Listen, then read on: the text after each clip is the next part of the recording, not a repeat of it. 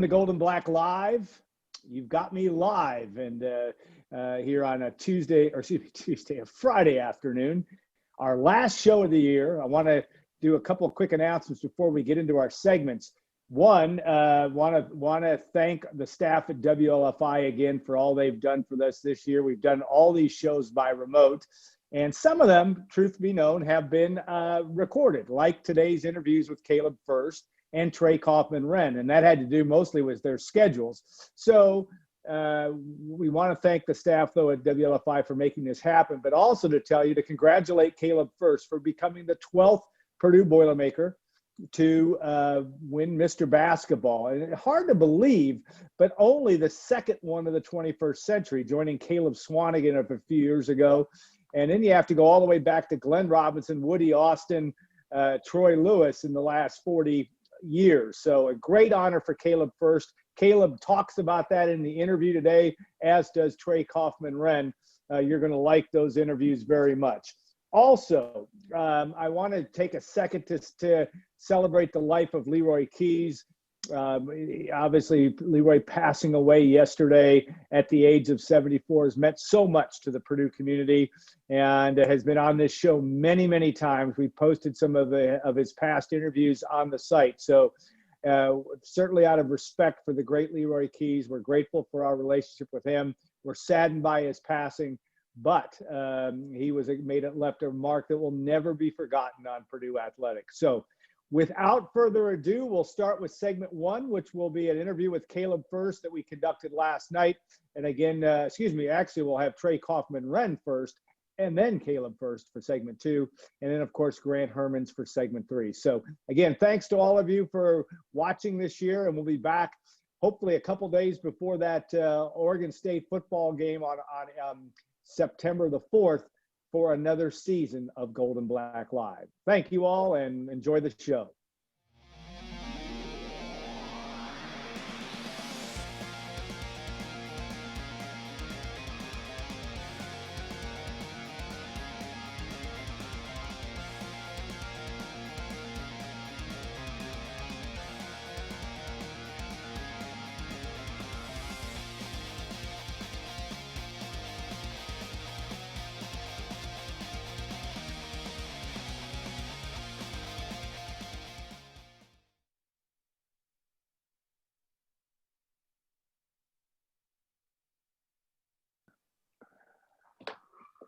Welcome to Golden Black Live, and it is our final show of the year of our 11th season of this live stream. And we are fortunate to have a person as our first guest today. Trey Kaufman-Renn needs no introduction to Purdue fans already, and he's on the front end of what hopefully for Purdue folks will be a great career in West Lafayette. I want to thank our sponsors, Triple X and Hilton Garden Inn, State Farm agent Trent Johnson, and of course, WLFI too, for all that they do to make this happen. Trey, welcome to the show. We appreciate you very much taking the time to do this.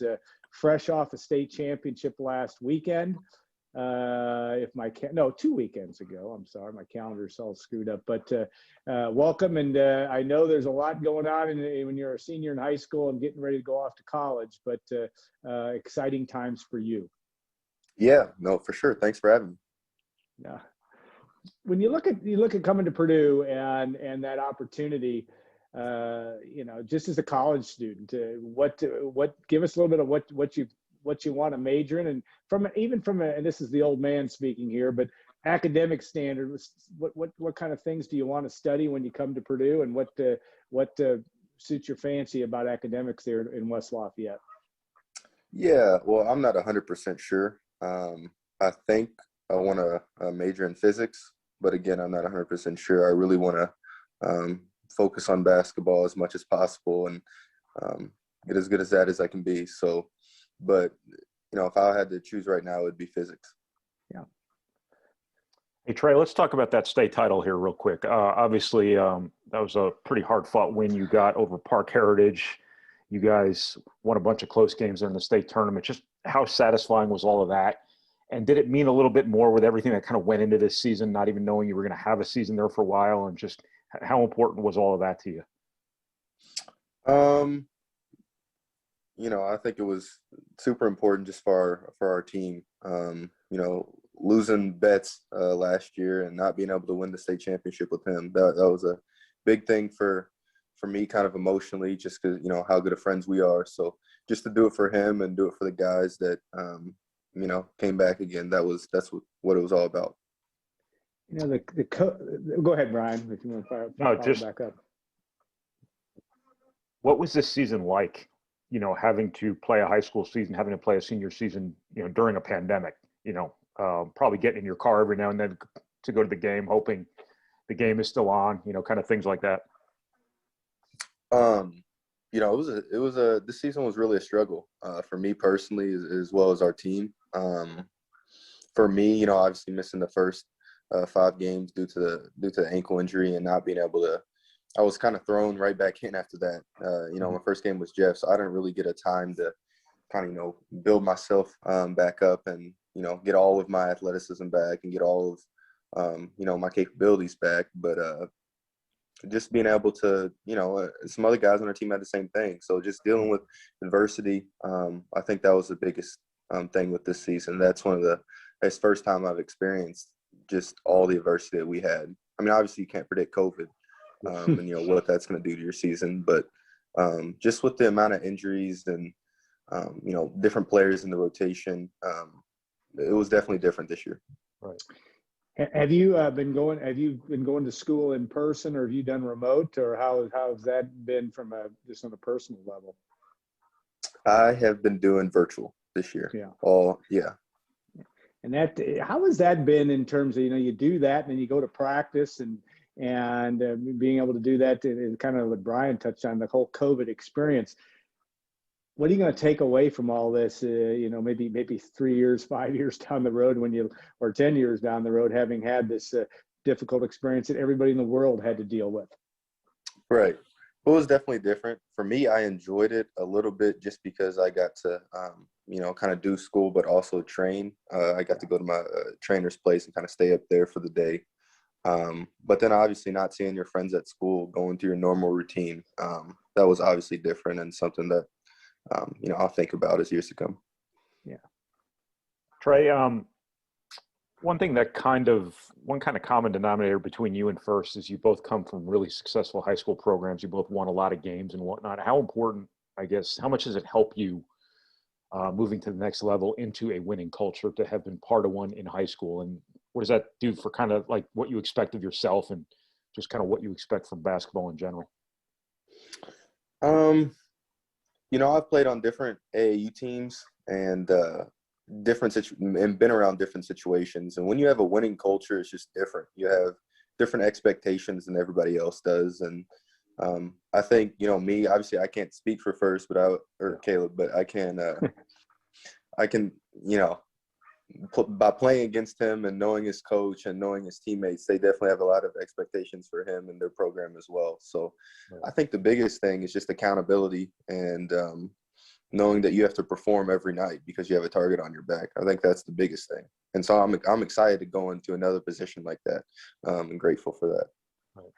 I think that's one of the best things, obviously, that Purdue has going for it is its culture, and you're walking into a group that expects to win and seems to, at least from my perspective, everybody gets along, but everybody's pretty competitive. That makes for a good situation, I would think, for you walking into that, knowing that you're going to be expected to play well if you're going to get time, so to speak. But then again, that's kind of what you're used to. Right. No, exactly. I don't want to go somewhere where I was just going to be given minutes. I want to go somewhere where I was going to learn and, probably not be the best right away, and take tips from other guys and take tips from coaches and get better, because that's what it's all about. Trey, just kind of going back to recruiting real quick, what, I guess, kept Purdue top of mind for you? You had a lot of really high profile people come at you. You had a lot of people obviously recruit you very hard and whatnot, but it seemed like you really liked Purdue from the beginning. You'd been able to get on campus a couple times, and then that kind of remained the case. What was it about Purdue that sort of kept them strong with you the whole time? I think it's two things really. I think it's a little bit of their style for sure. I think I can thrive in the system that they have, and the system that they've used in the past.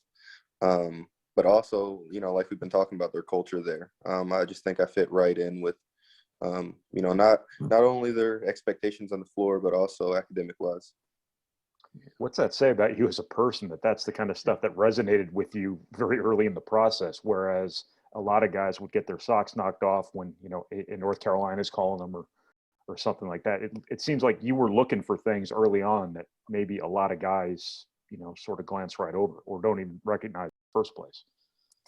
Yeah, well, I guess I'm not really sure. But, everybody has a different take on how they go through their recruiting and, what they're looking for in a college and what they think. So those are things that were valuable to me, but obviously I can't speak for every kid that's going through a recruiting experience.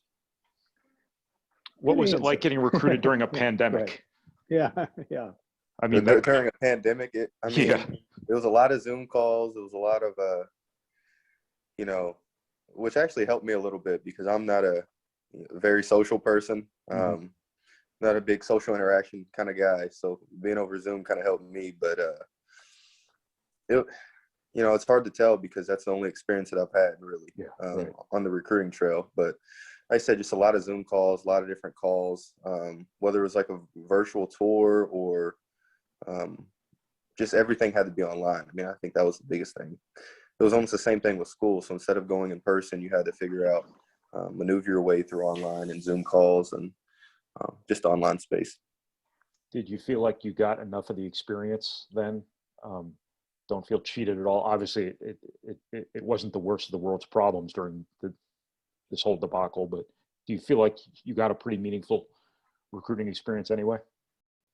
Yeah, no, for sure. I mean, I think I, obviously chose the right place, so I'm happy with how it went.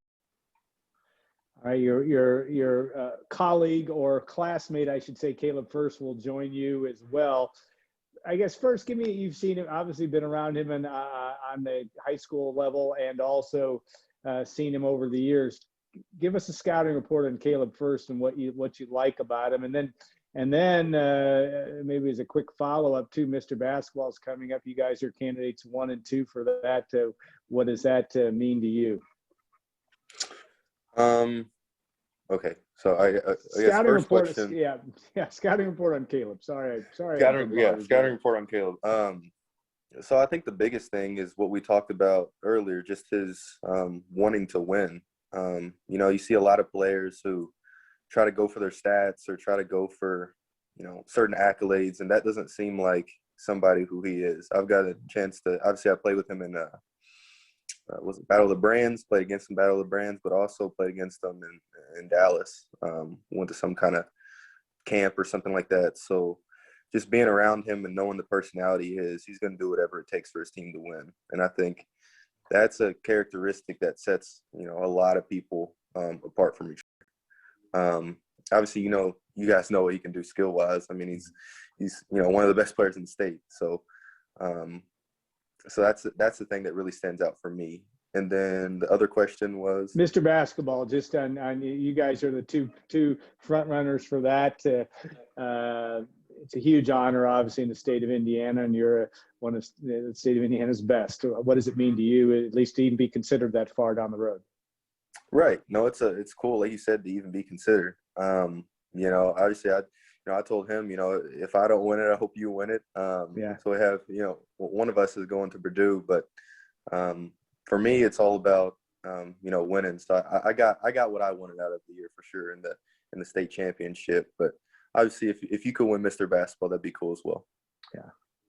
Trey, during the pandemic, I can't imagine a player having a more productive pandemic than you had, because it seemed to me, having seen you play a bunch of times, that you went in as one player, you came out as a pretty different player with what you're able to do with your body and whatnot. What's kind of the emphasis now that, your high school career is over and you're preparing for Purdue? What do you start working on and whatnot to put yourself in the best position you can be in? Yeah, so that's actually a pretty heavy question. So I talked to Gavin,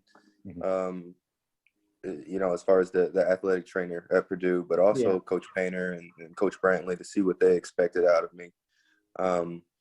So obviously being able to being able to play defense, that's something that I'm for sure focusing on, being able to slide with, smaller players. But really, I think right now I'm just kind of trying to get back to where I was before my kind of ankle injury, I would say. There's some things that, like I said, because I went straight back into playing, I didn't get a chance to rebuild some of the things. So I'm trying to get that, a little bit of that back and continue to build the foundation.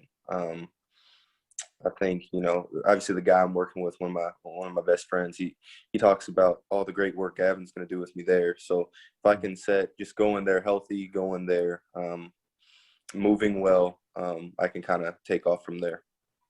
Yeah, from a physical standpoint, I mean, is there a particular? I mean, is it strength? Is it the ability for quick leaping ability? What do you want to work on? If you're going to say I need to improve this from a physical standpoint? What do you think that is?